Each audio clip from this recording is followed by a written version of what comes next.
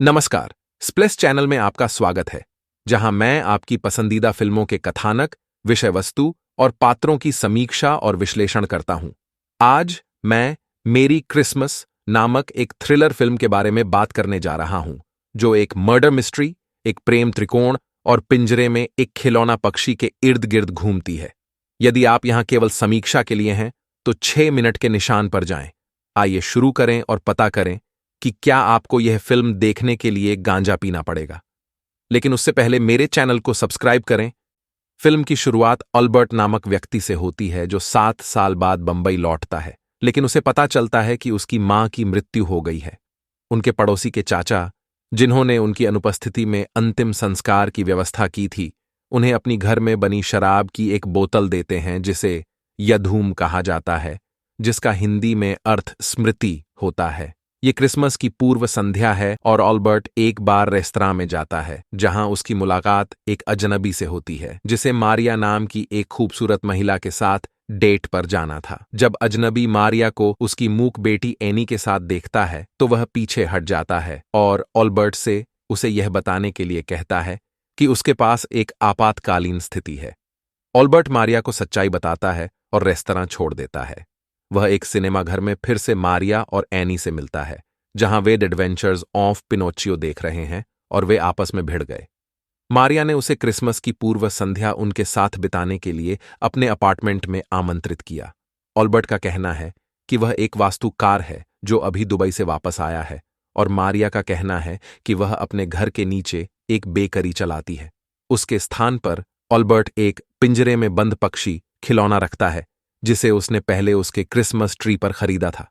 मारिया तेज संगीत बजाती है, उसे व्हिस्की देती है और एनी को अंदर बुलाने जाती है।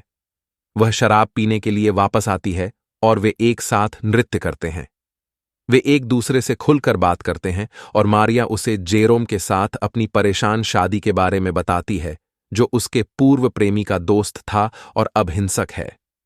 अल्बर्ट ने अपने बॉस की पत्नी रोजी की कहानी भी साझा की, जिसके साथ वह 7 साल पहले गोवा भाग गया था और जो बाद में अपने पति के पास लौट आई और मर गई।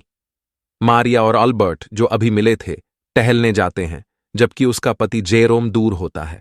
अल्बर्ट उसे अपने स्थान पर ले जाता है। फिर वे उसके पास लौटते हैं और पाते हैं कि जेरोम की गोली मारकर हत्या कर दी गई है। अल्बर्ट स्वीकार करता है कि उसने पहले किसी की हत्या की थी और भाग गया। वह मारिया को उसके बच्चे के साथ देखता है और चर्च तक उसका पीछा करता है। वह बेहोश होने का नाटक करती है और रोनी से मिलती है, जो मदद की पेशकश करता है। अल्बर्ट उनके साथ जुड़ जाता है और मारिया के पास चला जाता है, जहां जेरोम का शरीर गायब है। मारिया उनका मनोरंजन करती है, जबकि अल्बर्ट एक खिलौना पक्षी पिंजरे को देखता है जो पहले वहां नहीं था। मारिया और रोनी मारिया की घड़ी खोजने के लिए चर्च जाते हैं। अल्बर्ट को मारिया पर शक हो जाता है जब वह देखता है कि चर्च में एक बूढ़ी औरत उसकी घड़ी लौटा रही है जब वह बेहोश हो गई थी, और जब रोनी कार ले रहा था तो उसने उसे अपने पर्स में रख लिया। इस बीच अल्बर्ट पिछले दरवाजे की सीढ़ी से मारिया के घर वापस जाता है और जेरोम का शव पहले की तरह उसी स्थान पर पाता है। वह एनी को शांत करता है, जो अपने शयन कक्ष में सो रही है। जब उसने शव देखा तो उसने मारिया की चीख सुनी और रोनी ने पुलिस को फोन किया। मारिया अल्बर्ट को एनी के कमरे में पाती है और उसे जाने के लिए कहती है। रोनी और मारिया भ्रम से बचने के लिए अल्बर्ट का उल्लेख न करने पर सहमत हुए। पुलिस रोनी को थाने ले जाती है क्योंकि उन्हें उस पर संदेह है। बाद में मारिया ऊपरी मंजिल पर जाती है और वहां अल्बर्ट को देखती है। अल्बर्ट उसे बताता है कि वह जानता है कि मारिया ने ऊपर एक नकली अपार्टमेंट बनाया था, जहां वह उसे पहली और तीसरी बार और रोनी के साथ ले गई थी, जबकि शव नीचे था, जहां वह उसे दूसरी ओर आखिरी बार ले गई थी। इससे ऐसा लग रहा था जैसे जेरोम उस समय मर चुका था जब वह उस अजनबी के साथ थी। मारिया ने स्वीकार किया कि उसने जेरोम की हत्या कर दी क्योंकि वह उसके साथ दुर्व्यवहार करता था और उस पर संदेह करता था। वह कहती है कि उसने जेरोम के पेय में नशीला पदार्थ मिला दिया और उसके हाथ में मौजूद बंदूक से उसे गोली मार दी, जबकि जब अल्बर्ट पहली बार आया तो ऊपर संगीत जोरों से बज रहा था। वह कहती है कि वह एनी को पिछले दरवाजे की सीढ़ियों से नीचे ले आई। एल्बर्ट उसकी मदद करता है। वे नकली अपार्टमेंट को नष्ट कर देते हैं। उन्हें रोनी का बटुआ सोफे पर मिला, लेकिन एल्बर्ट ने उसे अपने पास रख लिया और उसे चर्च को लौटाने की योजना बनाई। वह मारिया को सांता से एनी को खिलौना पक्षी पिंजरा देने के लिए कहता है और चला जाता है। पुलिस रोनी से पूछताछ करती है और वह उन्हें एल्बर्ट के बारे में बताता है। अगले दिन एल्बर्ट को पुलिस के सामने लाया गया। उनका कहना है कि वह नासिक जेल से पैरोल पर थे और उन्होंने रोनी को नहीं बताया, लेकिन अपनी कहानी की पुष्टि करते हैं। मारिया की कहानी भी मेल खाती है। पोस्टमार्टम में कहा गया है कि यह आत्महत्या थी और पुलिस ने उन सभी को मुक्त कर दिया। रोनी ने कबूल किया कि उसने वापस आने के लिए अपना बटुआ उसके सोफे पर छिपा दिया था, लेकिन वह गायब हो गया था। मारिया का कहना है कि उसने कोई बटुआ नहीं देखा। रोनी का कहना है कि एक चोर ने जेरोम को मार डाला और उसका बटुआ ले लिया। बटुए का मालिक ही हत्यारा है। एनी पुलिस को अपने सांता का खिलौना पिंजरा दिखाती है और एल्बर्ट की पहचान करती है। एल्बर्ट पुलिस को रोनी का बटुआ देता है और कबूल करता है। वह यह दिखाने के लिए मारिया की उंगली पर अंगूठी डालता है कि वह उसकी रक्षा करेगा। तो यह मेरी क्रिसमस की कहानी है, एक ऐसी फिल्म जो आपको अंत तक अनुमान लगाने पर मजबूर करती है। लेकिन मैंने इसके बारे में क्या सोचा? खैर, मुझे कहना होगा कि मैं फिल्म के निर्देशन, प्रदर्शन और ट्विस्ट से प्रभावित हुआ। यहां कुछ चीजें हैं जो मुझे फिल्म के बारे में पसंद और नापसंद हैं।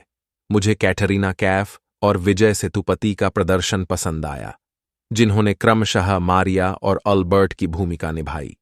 उनमें अच्छी केमिस्ट्री और भावनाएं थीं और उन्होंने मुझे अपने भाग्य के बारे में चिंतित किया।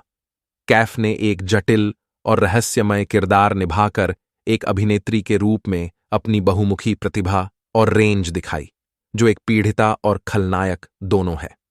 सेतुपति ने एक ऐसे व्यक्ति के रूप में एक ठोस और सूक्ष्म प्रदर्शन किया जो मुक्ति और प्यार की तलाश में है, लेकिन झूठ और हत्या के जाल में फंस जाता है।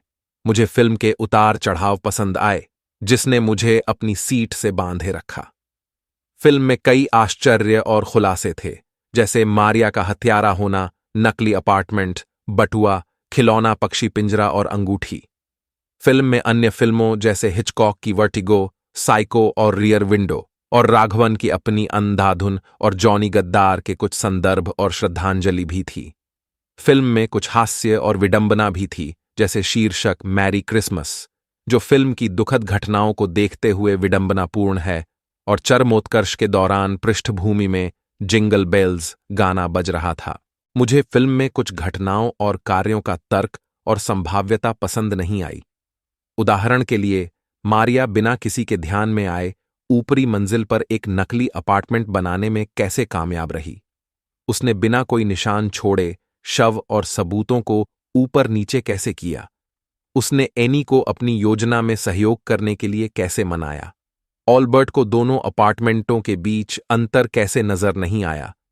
पुलिस को ऐसा कोई सुराग या गवाह कैसे नहीं मिला जो मारिया को हत्या से जोड़ सके? एल्बर्ट पहले किसी की हत्या करके और पैरोल पर रहकर कैसे बच निकला? मारिया को प्रपोज करने के लिए उसे अंगूठी कैसे मिली? रोनी को सोफे पर अपना बटुआ कैसे नहीं दिखा? एनी को कैसे पता चला कि एल्बर्ट उसका सांता था? ये कुछ प्रश्न हैं जो फिल्म देखते समय मेरे मन में थे, और मुझे लगा कि इनका संतोषजनक या ठोस उत्तर नहीं दिया गया। मुझे फिल्म का अंत पसंद नहीं आया, जो मुझे बहुत अवास्तविक और नाटकीय लगा। मैंने यह नहीं सोचा था कि एल्बर्ट हत्या की बात कबूल करेगा और उसी समय मारिया को प्रस्ताव देगा, या कि मारिया उसके प्रस्ताव को स्वीकार कर लेगी और उसे अपने पति की हत्या के लिए माफ कर देगी। तो कुल मिलाकर मैं मेरी क्रिसमस को 10 में से 7 रेटिंग दूंगा। इस फिल्म को देखने के लिए आपको गांजा पीने की जरूरत नहीं है। ये एक मनोरंजक और रहस्यपूर्ण फिल्म थी, लेकिन इसमें कुछ खामियां और विसंगतियां भी थीं, जिसके कारण मैं इसका पूरा आनंद नहीं ले सका। मैं रोमांच और रहस्यों के प्रशंसकों को इसकी अनुशंसा करूंगा, लेकिन मैं उन्हें सलाह भी दूंगा कि वे अपना अविश्वास स्थगित कर दें और विवरणों के बारे में बहुत अधिक न सोचें। मुझे आशा है कि आपको यह वीडियो पसंद आया होगा। अधिक फिल्म समीक्षाओं और स्पष्टीकरण के लिए कृपया मेरे चैनल को लाइक, शेयर और सब्सक्राइब करें। देखने के लिए धन्यवाद और मैं आपको अगले वीडियो में देखूंगा।